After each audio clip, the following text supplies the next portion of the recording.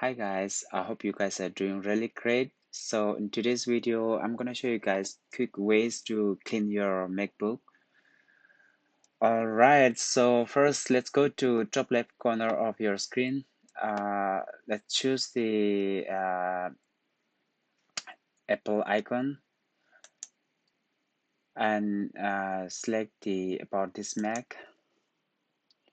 Then we'll have a couple of options to choose from. I'm gonna select the storage, then select the manage.